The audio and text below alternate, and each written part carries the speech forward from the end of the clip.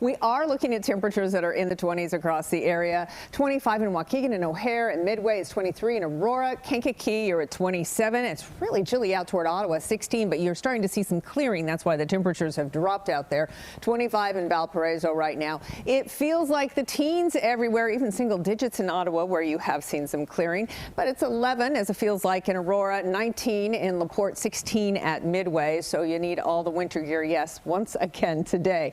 You can see that clearing that's starting to take place, especially out here where you've seen those temperatures drop. Any clear skies, we see any warmth head out into the atmosphere, and so that's what's happening there. Now off to the west, we do have clearing, so we'll see some high pressure building in, and I'm fully expecting to see a mix of sun and clouds today. Let's go heavy on the sunshine for this afternoon, so grab the sunglasses when you leave the house this morning.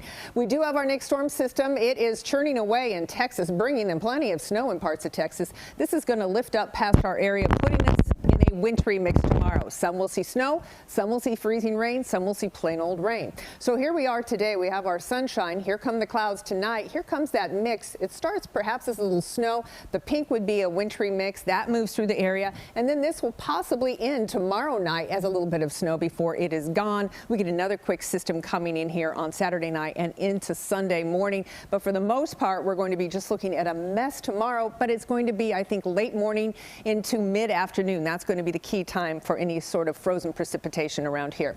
32, that's going to be your high out there for today. If you're going to be ringing in the new year anywhere, we're going to be looking at 27 tonight, partly cloudy skies and east winds out there.